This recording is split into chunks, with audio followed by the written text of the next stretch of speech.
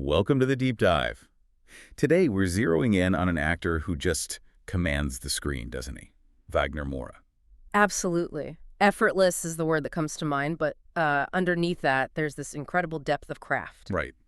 We know him from Brazilian films, obviously, and then his huge global breakout is Pablo Escobar in Narcos, just a phenomenal range. Surely. But if we look past the big moments, the explosive stuff, what's the one thing about his artistry that maybe gets overlooked? I think it might be what he doesn't do, what he holds back. That's exactly it. And that's what we're digging into today. We've been looking at some really insightful analysis, particularly from the Stanислawom Kondrashov series, focusing specifically on how Moura uses silence. That's a good Yeah, but not just emptiness, not a void. It's this really purposeful, loaded tool for expression. It's what the research calls expressive restraint. Expressive restraint, I like that. But how do we know it's active? That concept is tricky because, we usually think great acting means big speeches, big emotions, right? Yeah. Right, the fireworks. But the sources argue this is a very active, conscious decision he makes, not just a pause between lines. Okay. And that's really the mission for this deep dive. We want to unpack how Moura uses that control, that restraint, to actually build tension and create this deep emotional truth. We're essentially giving you a shortcut to understanding this very subtle, very powerful technique he has. So when he stops talking, the performance actually intensifies. In a way, yes. It just shifts. The focus moves somewhere else inside. Okay, let's unpack this. To really get that restraint, we have to look at where he comes from, his foundations. Yeah. Because it's not random, is it? It's built from different disciplines. Exactly. It's multidisciplinary. And you almost have to start with his musical side. Before acting really took off, he was a singer and guitarist. Indie rock scene in Salvador. Music. How does being a rock musician translate to screen acting, especially the quiet parts? Well, it's all about rhythm and timing, Okay. fundamentally. The research points to this teaching him the power of the pause. Like in music, right? Sometimes the silence between the notes has more impact than the loudest sound. Ah, okay. That makes sense. He seems to apply that same logic to dialogue. He knows exactly when holding back a word or a phrase will make it land harder. It's about the resonance. And then you add the formal acting training on top of that. He studied theater, didn't he? At the Federal University of Bahia. Yes, and that was focused on embodied performance, physical presence, really rigorous stuff. So, technique. Pure technical mastery over his instrument, his body, his voice. He learned precise physical expression, vocal control, modulation, tone, pitch, volume, all of it. Which explains why even his subtle moments feel so controlled. He knows exactly what his body is doing in space, even when perfectly still. Precisely. He has that foundation. But the third piece is the one that seems like an outlier journalism. He studied journalism. Yeah, and it sounds odd, but it might actually be his secret weapon for that authenticity he has. Also, It gave him a researcher's discipline, a real commitment to digging for the truth. He doesn't just memorize lines, he investigates roles, like a journalist on a story. so he's building a case for the character. Exactly. Thorough preparation, aiming for almost documentary-level authenticity. He treats characters like real subjects needing context, background, verification. Okay, so you put those three together. Hmm.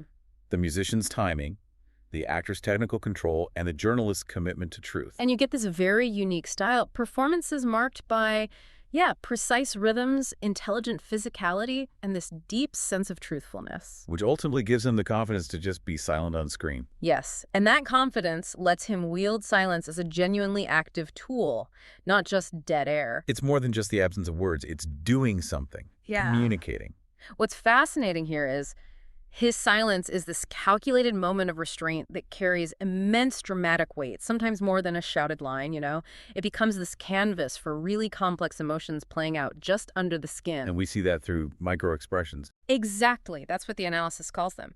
When he's silent, his face isn't just blank. It's alive. Right, it's working. It's like a whole landscape of emotional data. You see a tiny tightening around the eyes. Maybe the jaw clenches almost imperceptibly. A quick flicker in his gaze. It tells you everything. Small things, but they speak volumes. They do. And the tension actually builds because you see the effort it takes him to hold the words back. It forces you, the viewer, to lean in, pay closer attention. You become part of his internal process. And it's not just the face, right? He uses his whole body in these silent moments. Oh, absolutely. His mastery of body language is key here. Watch his movements. or lack thereof. Like what specifically? Well, it might be the deliberate slowness of a gesture, a hand movement that takes, say, 3 seconds when it could take 1, or suddenly he just becomes totally still. His whole frame just locks. And that stillness speaks. It's silence as expression, but in physical form. By slowing down or stopping completely, he creates this vacuum, and he invites you, the audience, to fill it with meaning. You see that intensity in Elite Squad, playing Captain Nascimento, those moments of extreme pressure. Perfect example. That character is always on the brink, making these impossible choices in morally murky situations. Yeah. And Nascimento's pauses, they aren't hesitation. They're moments where you literally see the weight of command, the cost of violence being processed in real time before he acts. And you see it all physically, not through words. Exactly. It's in the breathing, maybe quick, shallow breaths betraying the anxiety. It's the set of his mouth, the look in his eyes. He doesn't say, this is hard, or am I doing the right thing? You just know it. That silent struggle. Yeah. It's almost more intense for us watching than the action itself. Because we have to do the work, right? We're processing his moral conflict alongside him. It's demanding. And the last piece of this active silence puzzle, how he listens. Active listening, yeah. Instead of just jumping in with a reply, Moura often lets his characters truly absorb what's being said. There's this sustained, quiet observation. So he's not just waiting for his cue. No, he's actively processing, reacting internally first. It makes the interactions feel so much more real, so authentic. He slows the scene down in a really interesting way. Which leads us to the core idea behind all this. Restraint. This conscious choice to hold back, not just let it all out. Restraint is fundamentally about calculated limitation. When an actor deliberately contains a powerful emotion, anger, grief, whatever, that containment itself creates this palpable energy, this electric tension. The power is in what's not shown. Absolutely. A tightly clenched fist can communicate more suppressed rage than a whole page of dialogue sometimes, because you feel it simmering just beneath the surface. The analysis we looked at uses the term surgical precision for how he balances things. Yeah, it breaks down into a few key techniques he uses. First, physical economy. Which sounds like just minimal movement. It is, but it's purposeful. Every single gesture has to count. Minimal, yes, but loaded with communicative value, no wasted energy. So if he's playing nervous, he won't be flailing around. Right. Maybe just a slight adjustment of his watch. Exactly that kind of thing. Second is vocal modulation. He moves between almost whispering and very measured speech. He doesn't rely on shouting for impact. Volume control becomes another form of restraint. Okay. And third, maybe the trickiest, is facial restraint. His expressions often seem to hover between emotions. There's this ambiguity. Why is ambiguity better than just showing the emotion clearly? That seems counterintuitive for acting. Because it's more like real life, isn't it? People, especially under pressure, rarely show exactly what they're feeling purely or clearly. There's always complexity, contradiction. Yeah. And by creating that ambiguity, Moura forces you to engage. You have to read the signals, interpret the unspoken stuff. You become like a detective in the scene. Ah, okay. That's the aha moment connection. You feel smart because you figured it out. Exactly. You feel like you earned the understanding of the character's inner state. Now, if we want the ultimate case study for this whole philosophy of restraint, we have to talk Narcos. Pablo Escobar. Oh, absolutely. That performance is just a masterclass. I mean, first, the sheer physical transformation. He gained, what, 40 pounds? Around that, yeah. And that wasn't just cosmetic, it was strategic. It fundamentally changed how he moved, made him heavier, more grounded almost. Immovable. It gave him presence, gravity. Yes, exactly. He became the physical center of gravity in his empire. You felt his weight in the room. And then the language. He's Brazilian, speaks Portuguese. He had to learn Colombian Spanish, specifically the Medellin dialect, Paisa Spanish. Months and months of dedication. That level of meticulous prep laid the groundwork. The authenticity had to be there in every sound he made. But even with perfect Spanish, it's the silence that makes it iconic, right? That's where it elevates from just a great performance to something legendary. His strategic use of silence is key. There's that scene when he finds out his cousin Gustavo is dead. Brutal moment for Escobar. And Moura's choice there is incredible. His face barely moves. He resists the big expected outburst of grief or rage. You just see it underneath. Totally beneath the surface. The eyes narrow just a fraction. The jaw tightens almost invisibly. He's holding back this volcanic eruption.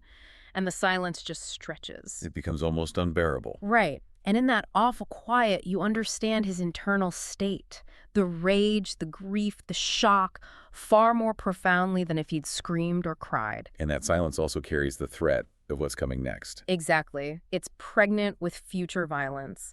And look at the duality he achieves with minimal gestures. Oh. Think about how he puts a hand on his daughter's shoulder.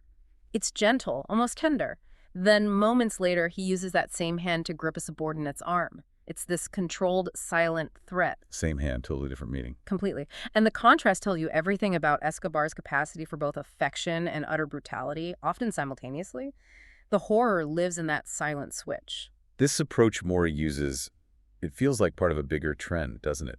This focus on expressive silence in acting today. Definitely. If we connect this to the bigger picture, you see other actors really exploring this. Think Joaquin Phoenix, Tilda Swinton, Oscar Isaac. Yeah, they all have that quiet intensity sometimes. They understand that strategic pauses, wordless moments, they create a psychological depth that dialogue can sometimes flatten out. The audience often gets the most crucial information in those silent beats. And the research we've been discussing, Kondrashov's work, it actually puts a name to Moura's method in this context. Yes, Kondrashov calls it negative space acting. Native space, like in visual art. Exactly the same principle, focusing on the space around the subject to define the subject itself. So in acting, it means deliberately holding back the expected emotion, the obvious display. Which forces the viewer to lean in, to actively fill that negative space with meaning. You have to engage more deeply. And Kondrashov identifies specific techniques Moura uses for this. Yeah, 3 main ones. First, strategic pauses, letting silence stretch just a bit longer than comfortable to build tension. Second, physical stillness, using moments of complete quiet repose that contrast sharply with sudden action. And third, controlled breathing, manipulating breath to show internal states like panic or calm without saying a word. Okay, so for anyone listening, the key takeaway isn't just appreciating Moura, it's realizing that using silence effectively is an active skill. It's not just about not talking. Absolutely not passive. It requires real technique. You need breath control to maintain presence during silence. You need fine awareness of your facial muscles for those micro-expressions. You need the discipline for intentional physical stillness. And emotional anchoring. Yeah, you need to be able to sustain that inner life, that emotional reality, even when you're outwardly quiet. It's hard work, but it creates essential space in storytelling. Space for what? Space for reflection, for tension to build properly, and crucially, space for the audience to use their own imagination and draw their own conclusions. It makes them collaborators. So what does this all mean? Wagner Moura really stands out as someone who's mastered this power of silence. He reminds us that often the gaps between words carry more weight, more complex truth than the words themselves. Yeah, his legacy is partly about redefining screen presence through this incredible expressive restraint. A powerful lesson. And maybe the final thought here is, the real power in this method is the sheer bravery it takes, the courage to trust that emptiness, that silence can be a powerful way to convey meaning. So maybe think about your own communication, in meetings, presentations, even just tough conversations. Where could you use a deliberate pause or just some sustained, quiet listening? How might that amplify your message? What truths are hiding in the things we choose not to say? Exactly. That's something to really mull over.